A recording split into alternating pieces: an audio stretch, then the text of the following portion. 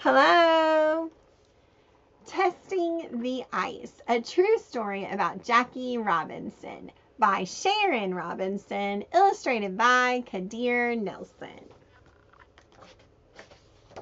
The year was 1955.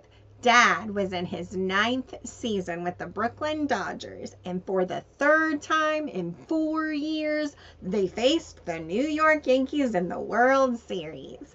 When my father stole home in the first game, Yogi Berra, the Yankee catcher, screamed, "He's out!" The umpire, however, shouted, "He's safe!"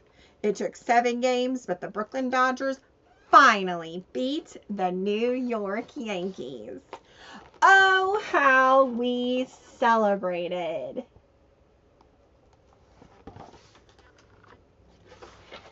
Earlier that same year, my family moved from Queens in New York City to Cascade Road in Stamford, Connecticut. Our new house sat in the middle of 6 acres on a narrow, twisted road named for the waterfall at the end of it. The best part, according to my father, was the woods on 3 sides of the house, which screened us from passing cars and curious strangers.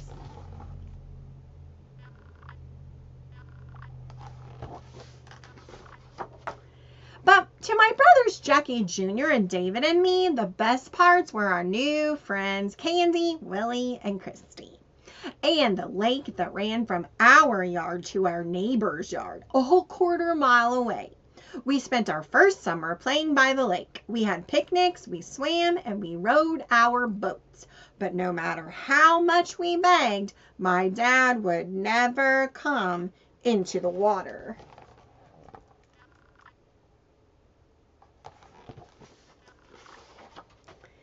How our friends loved playing inside our house.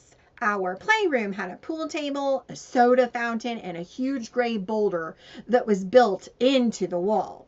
And while we took it all for granted, our friends made a big fuss over Dad's trophy room. They stared adoringly at his plaques, his silver bat, the signed baseballs, and Dad's bronzed college football cleat.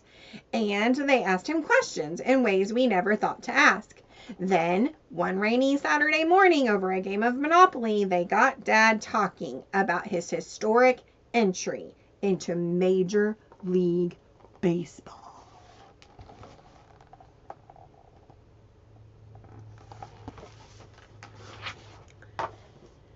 Baseball, like most of America, was segregated, Dad began. Major League Baseball was for whites only. Black and brown-skinned players had to play in the Negro Leagues. Some of the greatest baseball players were not white. They were denied entry into the major leagues just because of the color of their skin. Finding food worth eating or a restaurant to serve us was a daily problem. In many places we played, there was no hotel that allowed blacks. That was just the way things were in 1945, and no one expected them to change.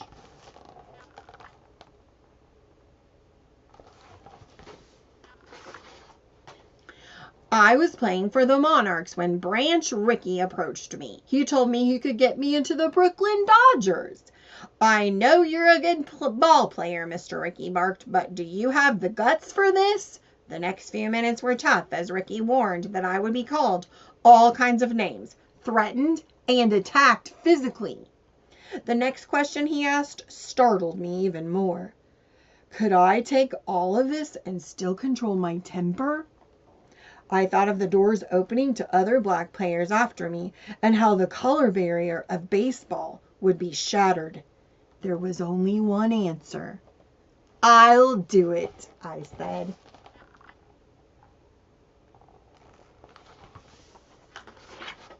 Playing that first spring was tough, especially the game between the Dodgers and the Phillies. Some fans cheered me. Others shouted insults that were so bad I had to struggle to keep my temper from exploding. After 7 scoreless innings, we got the Phillies out in the 8th, and it was our turn at bat. I led off. The insults were still coming. I lined into center field for a single, then took my lead. I cut out for second. The Phillies pitcher threw wide. The ball bounced past the shortstop. I rounded third and made it home. That was a sweet victory.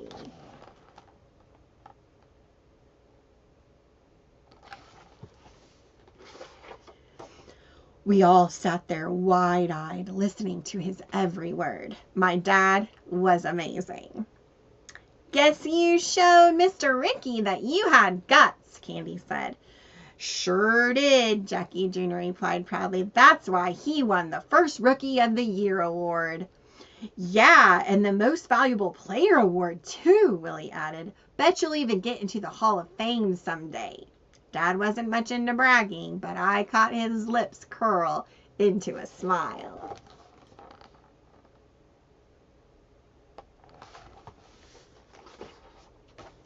Dad retired after the 1956 season in a surprise move that shocked his fans. But he didn't stop there. After baseball, Dad took a job as vice president of a popular coffee company, wrote books, walked in protest marches alongside Dr. Martin Luther King Jr., and raised money for the civil rights movement. And best of all, he was home more.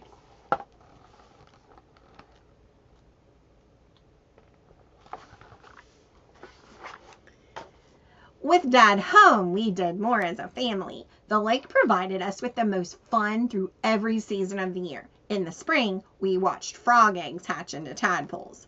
We fished, rode the boat to sandbanks, and captured turtles napping in the sun. But Dad stayed dry on the shoreline. In the summer, we challenged ourselves to swim across the width of the lake, but Dad cheered from the safety of the sandy shore.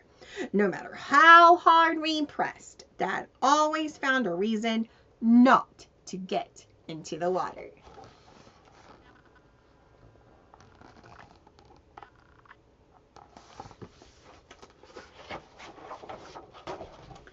In the winter, the lake froze. My brothers and I huddled in the living room with our parents as we listened to the eerie sounds it made.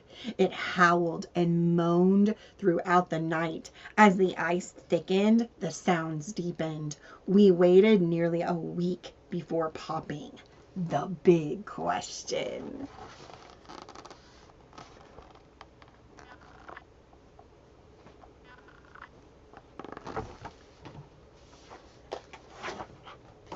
We found Dad sitting by the fireplace reading the newspaper. A hot fire crackled and hissed.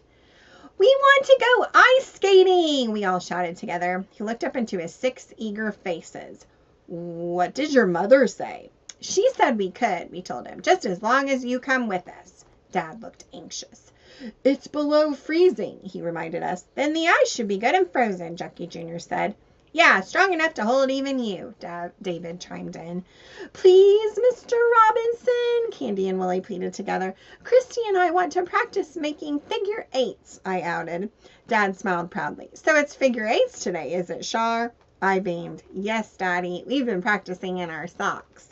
Well, in that case, he said, hiding sheepishly behind his newspaper, I guess we should go.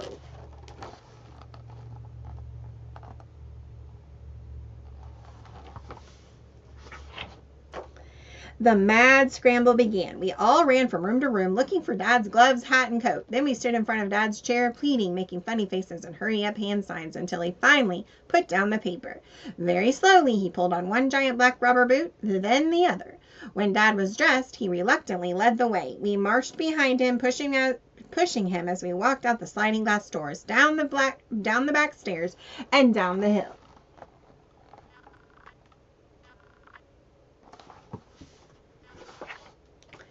When we reached the edge of the lake, Dad turned to us and said, Wait! Jackie, David, Candy, Willie, Christy, and I came to an abrupt halt. Then he ran to the house and returned with a shovel and a broomstick. As we lined up along the lake's edge, Dad eased onto the snow-covered ice.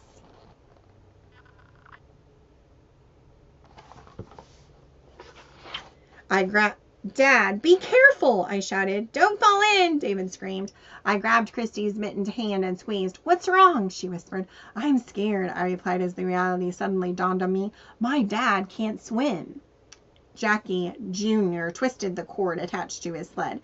David, Candy, and Willie stepped closer to the edge of the lake. Dad went farther out. The ice crackled beneath his feet. He took another step, then cleared the snow from his path with a shovel. From the cleared spot, he was able to tell how thick the ice was. Before he placed one big foot in front of the other, he tapped the ice with his broomstick, testing it for weaknesses or cracks. Tap, tap, tap. Dad took a few steps forward. Tap, tap, tap. Then he took a few more steps. But just as he was about to pronounce the ice safe, boom! A terrible noise roared from below the ice. Dad! I shrieked. I was sure the ice was going to open up and swallow him. Jackie Jr. stood ready to shove his sled to Dad. David, Candy, and Willie inched closer to my brother. We waited for what seemed like forever.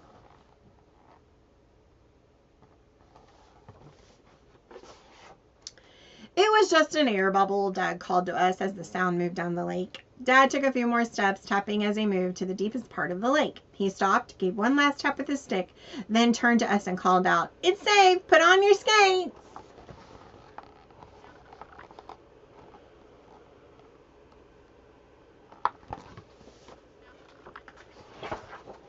We cheered as loudly as we could, and we skated circles around Dad as he walked back onto solid ground. All I could think was, my dad is the bravest man alive.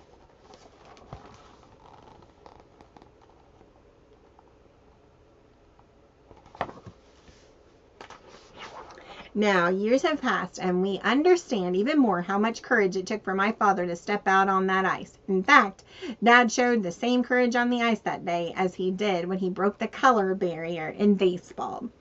No one really knew what would happen, but he felt his way along an untried path like a blind man tapping for clues. That was Jackie Robinson, and that was my dad. Big, heavy, out there alone on the lake, testing the ice to be sure it would be safe for us. And he did it, even though he couldn't swim.